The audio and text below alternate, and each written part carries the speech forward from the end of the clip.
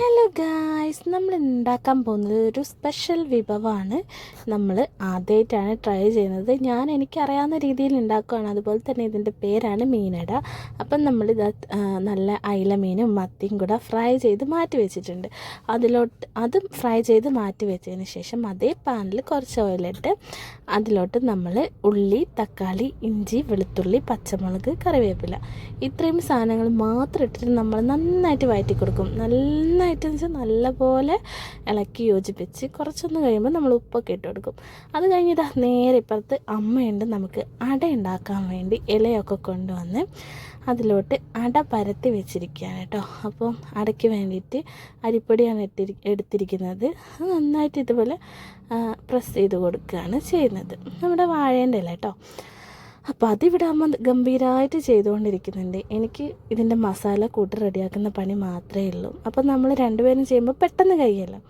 അങ്ങനെ ഇതാ നമ്മൾ വിറകടുപ്പിലാണ് ഗൈസ് വെച്ചുകൊണ്ടിരിക്കുന്നത്. നമ്മളിതാ മൂടി ചെമ്പ് വെച്ച് അപ്പോഴേക്കും ഞാൻ എൻ്റെ ബാക്കി കാര്യങ്ങൾ ചെയ്തു. കുറച്ച് ഇഞ്ചി, വെളുത്തുള്ളി രണ്ടാമതാണ് നമ്മളിട്ടത്, അത് പിന്നെ ഇട്ട് കൊടുത്ത് പിന്നെ ആവശ്യത്തിന് ഉപ്പ് ചേർത്ത് നന്നായിട്ട് വഴറ്റി കൊടുക്കുക.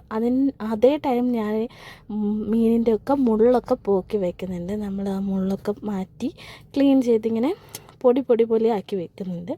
അപ്പോഴേക്കും നന്നായിട്ട് നമ്മുടെ ഉള്ളിയൊക്കെ വഴണ്ട് വന്നായിരുന്നു. അതിലോട്ട് കുറച്ച് മുളക് പൊടി, മഞ്ഞൾപ്പൊടി, ആവശ്യത്തിന് ഉപ്പ്, പിന്നെ കുറച്ച് കുരുമുളക് പൊടിയൊക്കെ ഇട്ട് നന്നായിട്ട് മിക്സ് ചെയ്ത് കൊടുക്കണം. എന്താ പറയുക, നല്ലപോലെ ഒന്ന് ഡ്രൈ ആക്കി എടുക്കുക. കുരുമുളക് പൊടിയൊക്കെ ഇടുന്നുണ്ട്. ഞാൻ ഒരുപാട് എരിവിടുന്നില്ല, കാരണം മൂക്ക് കൊടുക്കാണ്ട് ഇവിടെ ആർക്കും വലിയൊരു എരിവ് ഇഷ്ടമില്ല. അപ്പം നമ്മളിതാ നല്ല ടേസ്റ്റ് ആൻഡ് ഹെൽത്തി ആയിട്ടുള്ള ഫുഡ് തയ്യാറാക്കിക്കൊണ്ടിരിക്കുകയാണ്. നമ്മുടെ കൂടെ പിള്ളേരുണ്ട്. പിള്ളേരിങ്ങനെ ഇത് വെയിറ്റ് ചെയ്തിരിക്കുന്നത് എന്താവും എന്ന് മനസ്സിൽ ആകാംക്ഷയിലിരിക്കുകയാണ്. അതിൻ്റെ കൂടെ ഞാൻ വീട്ടിൽ തന്നെ ഉണ്ടാക്കിയ നമ്മുടെ ബിരിയാണിക്കൊക്കെ ഇടാൻ പറ്റുന്ന രീതിയിലുള്ള ഒരു മസാല ഉണ്ട്, അതും കൂടെ ഇട്ട് കൊടുക്കുന്നുണ്ട്. അതിലുള്ളത് മല്ലിപ്പൊടി, പട്ട, ഗ്രാമ്പൂ, ഏലക്ക, ജീരകം അതൊക്കെ മാത്രമേ ഉള്ളൂ. വറ്റൽമുളക് അതൊക്കെ ഉള്ളൂ. അപ്പോൾ അതും കൂടെ ഇട്ടിട്ട് പൊടിച്ചിട്ടുള്ളതാണ്. അതും ഇട്ട് കൊടുത്ത് നന്നായിട്ട് വഴറ്റി കൊടുത്ത് ഓൾമോസ്റ്റ് ഇവിടെ റെഡി ആയിട്ടുണ്ട്. അതിലോട്ട് നമ്മൾ മീനിങ്ങനെ മുള്ളൊക്കെ പോക്കി പൊടി പോലെ ആക്കി വെച്ച മീനെടുത്ത് ഇട്ട് കൊടുക്കുകയാണ്. അങ്ങനെ ഇത് ഗൈസ് ഞാൻ ആ മീനും കൂടെ അതിലോട്ട് ഇട്ട് കൊടുത്തു. എന്നിട്ട് ഇത് മൊത്തം നന്നായിട്ട് ഇളക്കി യോജിപ്പിക്കുകയാണ് ചെയ്യുന്നത്. നല്ലപോലെ മിക്സ് ചെയ്തെടുക്കുകയാണ് ചെയ്യുന്നത്. ഓൾമോസ്റ്റ് നമ്മുടെ ഇത് മീനിൻ്റെ മസാല ഇവിടെ റെഡിയാക്കി വെച്ചിട്ടുണ്ട്.